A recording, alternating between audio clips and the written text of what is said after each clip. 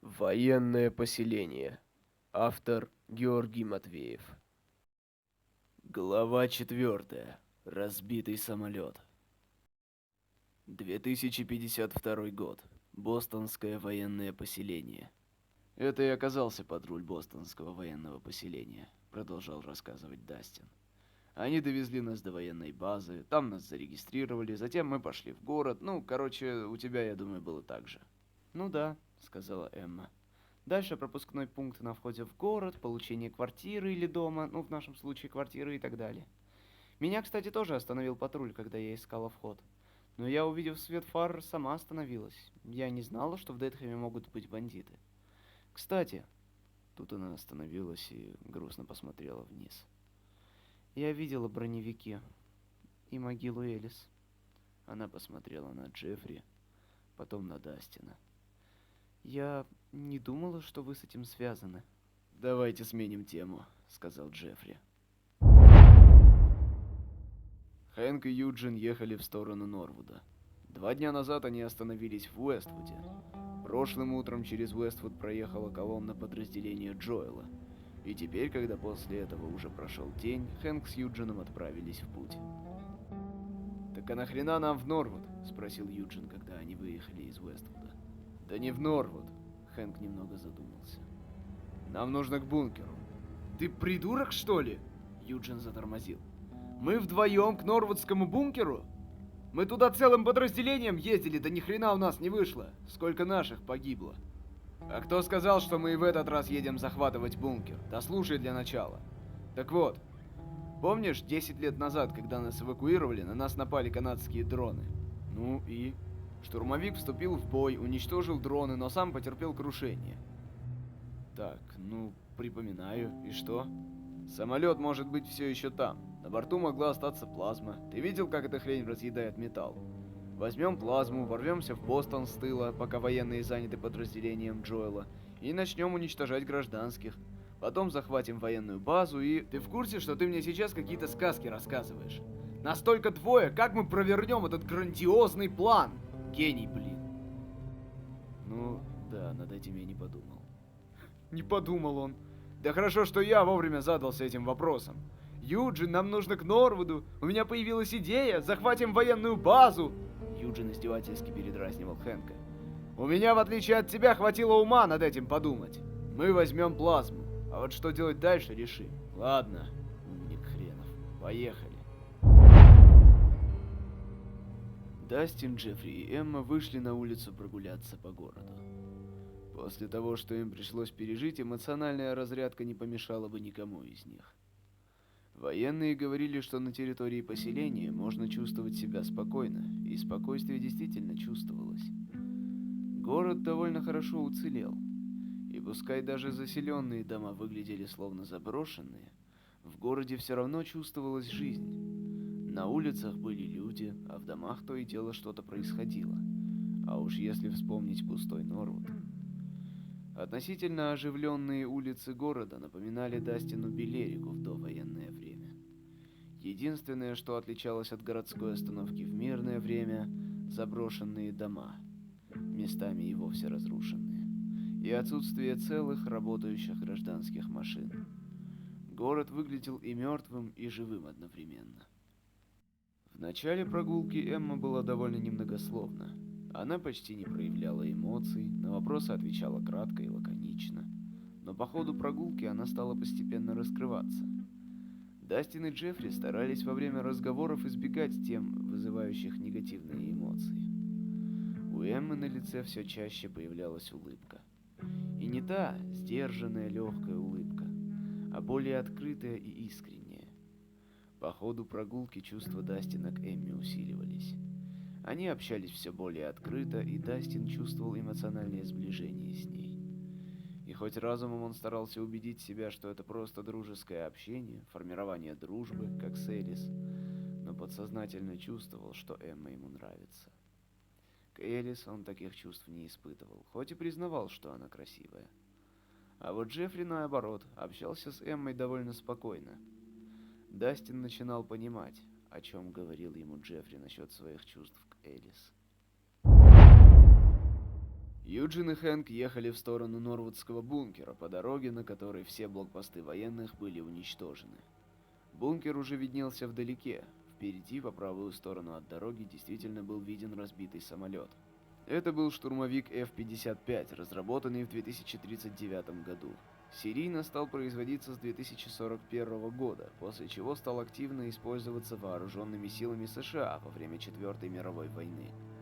Самолет отличался своими слишком большими для штурмовика габаритами и наличием грузового отсека для перевозки боезапаса и ручного оружия на случай аварийной посадки. Однако, несмотря на свои габариты, самолет был очень маневренным, из-за чего и был взят на вооружение США перед началом войны. На F-55 устанавливалось плазменное оружие. Хэнк и Юджин подъехали к самолету. Самолет лежал частично в земле, одним крылом вверх. Нос самолета был разбит на обугленные металлические обломки и вдавлен сильным ударом в землю, а от остекления остались только осколки по углам рам, а все остальное было рассыпано около самолета и внутри кабины пилота.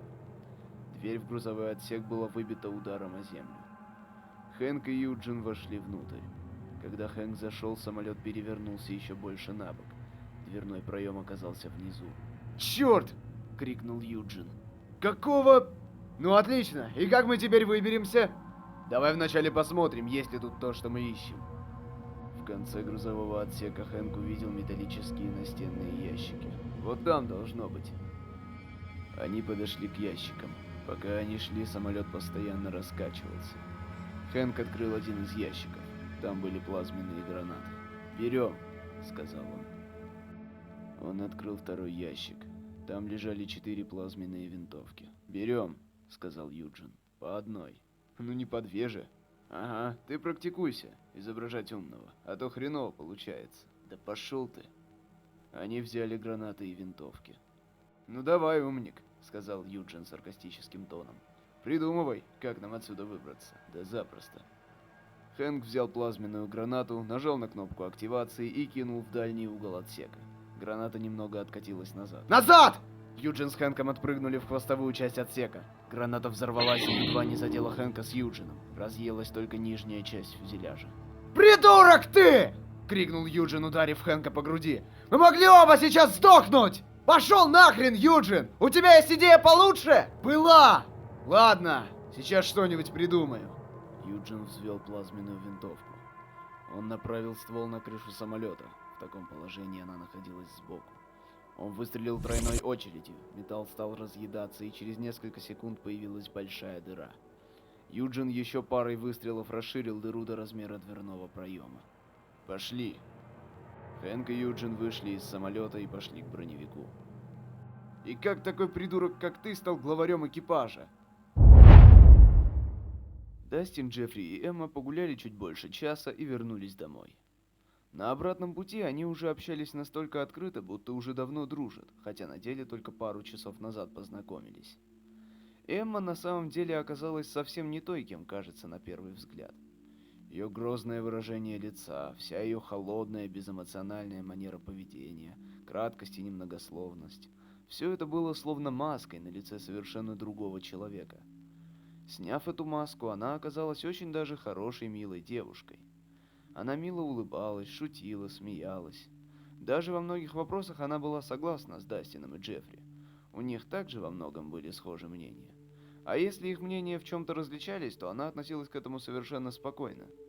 Но каждый раз, когда в их разговорах повисало молчание, маска снова оказывалась на ней. Эмма снова как-то замыкалась в себе, улыбка сходила с ее лица, а вместо этого появлялась некая задумчивость. Складывалось ощущение, будто ей тяжело принять новое место, новый круг общения. Первая она никогда ничего не говорила. Любой диалог всегда начинал либо Дастин, либо Джеффри. По всему городу были установлены громкоговорители. По ним периодически сообщались правила поселения по типу «Гражданские не имеют права покидать территорию поселения без официального разрешения от военных или специального пропуска. Гражданским на территории поселения строго запрещено иметь при себе холодное или огнестрельное оружие, а также взрывчатые вещества. Гражданский, убивший другого гражданского на территории поселения, будет приговорен к публичной смертной казни, если убийство не являлось мерой самозащиты. Со временем Дастин, Джеффри и Эмма перестали обращать внимание на эти сообщения, да и сами сообщения звучали не так уж часто. Близился вечер.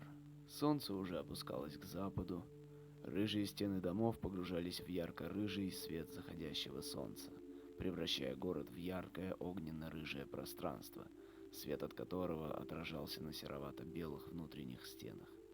Белые облака в свете заходящего солнца приобретали золотистый оттенок, и лишь слегка затянутая часть неба с северной стороны оставалась серой, создавая контраст со всем этим золотисто-огненно-рыжим зрелищем. Зеленеющие деревья на улицах также выделялись на контрасте с рыжими зданиями. Вдруг по всему городу зазвучала сирена. Параллельно с сиреной в громкоговорителях зазвучал человеческий голос. Внимание! На бостонское военное поселение совершено нападение. Всем гражданским оставаться в домах. Ни в коем случае никому не открывайте двери до объявления об устранении угрозы. Хэнк и Юджин подъехали к ограде бостонского военного поселения. Хэнк кинул в ограду 3 плазменные гранаты. Гранаты взорвались и выжгли настолько большую дыру, что машина вполне легко проехала внутрь. Они заехали на территорию военной базы. Хэнк стал расстреливать из плазменной винтовки всех, кто попадался ему на глаза. Юджин, гони к городу! Юджин повернул в сторону городских ворот. Охранники открыли по ним огонь. Хэнк кинул в ворота 3 плазменные гранаты. Гранаты взорвались, дыра прожглась. Юджин проехал. Юджин, гони! Их броневик на хвосте! Хэнк стал стрелять по броневику из плазменной винтовки, но почти ни разу не попал. Юджин свернул на другую улицу, затем заехал в подворотню.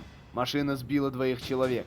Хэнк кинул плазменную гранату в другую часть двора, где были люди. Юджин выехал со двора через другую подворотню. Прямо перед ними выехал военный броневик. Юджин попытался вывернуть, но боком задел военный броневик, а проехав еще пару метров, влетел в стену дома. Хэнк от удара резко полетел вперед, пробив с собой лобовое стекло и вылетев на капот. Преодолевая боль от ударов и порезов, Хэнк попытался встать и уйти, но 2 солдата сразу же повязали его прямо на капоте. Юджина пристрелили. Затем солдат, пристреливший Юджина, подбежал к Хэнку и вырубил его, ударив прикладом в челюсть. Сирена затихла. Внимание! Угроза устранена. Протоколы об экстренных мерах безопасности отменены. Последнее, что прозвучало по громкоговорителям перед тем, как наступила тишина. Дастин подошел к окну. За окном все было спокойно, словно ничего и не произошло. Эмма опустила взятую с кухни сковороду и кухонный нож, и, несколько секунд постояв так на месте, унесла эти вещи обратно на кухню. Джеффри поставил на место табуретку, взятую также для самозащиты. Внимание! Всем жителям бостонского военного поселения прийти на Копли-сквер. Сейчас на военной базе ведется допрос нападавшего. В 9:00 п.м. на Копли-сквер будет проведена публичная казнь. Прозвучало по громкоговорителям. Ну конечно, недовольно сказал Дастин. Мало смертей нам приходилось видеть за пределами поселения, так еще и тут. Ага, согласились Джеффри и Эмма. Что ж, откатываемся в средневековье даже здесь. Да, сказала Эмма. Только весь остальной мир и вовсе откатился в древние времена, в первобытно-общинный строй. Это да, согласился Джеффри. От прежнего мира остались лишь останки да развалины. Те, кто выжил, сами изменились, как и весь мир. Ладно, пошли, сказал Дастин. Смотреть на публичную казнь, добавил он издевательским тоном. Ну, как минимум узнаем, что за тварь все это устроила, сказал Джеффри. Ищи позитив во всем, да? Слегка усмехнувшись, сказала Эмма. Именно, ответил Джеффри. Они вышли из дома. Когда они дошли до Копли-сквер, было уже темно. Стемнело еще на полпути. На Копли-сквер уже стояла огромная толпа людей. У входа в библиотеку стояло несколько военных с автоматами в руках. Там из нескольких столов был сконструирован импровизированный эшафот. Через какое-то время 2 военных вывели из библиотеки связанного человека и привязали его к столу, разведя его руки и ноги в стороны, будто в позе звезды. Один из военных вышел вперед к толпе, включил рупор, что держал в руках, и заговорил тем самым голосом, что звучит в громкоговорителях. Итак, преступник по имени Хэнк Эддисон, год назад ушедший из поселения и присоединившийся к бандитской группировке Nomad, Nothing More Advice, сегодня на закате незаконно пробрался на территорию бостонского военного поселения на пару с бандитом Юджином Брауном, разрушив ограду поселения и городские ворота. И то, и другое придется восстанавливать. Также во время погони эти двое бандитов убили нескольких жителей военного поселения. Точное число погибших пока неизвестно. Юджин Браун погиб во время погони, а Хэнк Эддисон был пойман живым. Как и полагается за убийство человека и даже не одного, на территории бостонского военного поселения, не являющейся мерой самозащиты, Хэнк Эддисон приговорен к смертной казни. И вот он перед вами. Ну, вот и Хэнк с Юджином явились, сказал Дастин Эмми и Джеффри. Правда, посмертно. Ваши последние слова, Эддисон. Военный поднес рупор к лицу Хэнка. Не думал, что в нашем раздолбанном мире найдутся придурки, все еще соблюдающие законы прежнего мира. Прохрипел Хэнк, через силу выдавливая из себя голос. Это законы военного времени, а не прежнего мира. Сказал в ответ военный и ушел внутрь библиотеки. К Хэнку подошел другой военный и с огромной силой ударил его прикладом в грудь. Хэнк громко и хрипло закричал. Военный навел автомат на Хэнка и застрелил его двойной очередью в голову.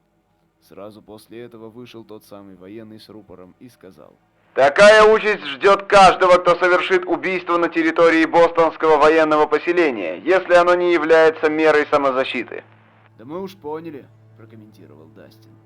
Все свободны, Сказал военный. разойтись по домам. Дастин, Джеффри и Эмма пошли домой. Когда они подходили к Лагранж-стрит, зазвонили колокола. Дастин, Джеффри и Эмма ускорили шаг и быстро зашли в дом. После отбоя по городу начинали ездить военные броневики. Это был городской патруль. Они следили за тем, чтобы никто не выходил из дома после отбоя. Придя домой, Дастин, Джеффри и Эмма сели за ужин. За столом Дастин поднял вопрос, который к этому моменту волновал всех троих. Ну что ж, не думаю, что вы сейчас как-то удивитесь моим словам, потому что мне кажется, что мы все сейчас думаем об этом. Как мы выяснили сегодня, здесь, в поселении, далеко не так безопасно, как нам говорили. Нам просто повезло. Повезло, что мы в тот момент были дома. Ну, еще повезло, что военные довольно быстро остановили этих ублюдков. Хотя, некоторым не повезло. И что нам делать? Оружия у нас нет, стал вслух размышлять Джеффри. Военной подготовки тоже. Я хрен знает. Ну, против вооруженных бандитов сковородки и кухонные ножи не помогут, заговорила Эмма. Да и те же стулья с табуретками не особо эффективны. Так что она задумалась. Вот мы и встали в тупик, подытожил Дастин. И как нам дальше быть, да неизвестно вообще.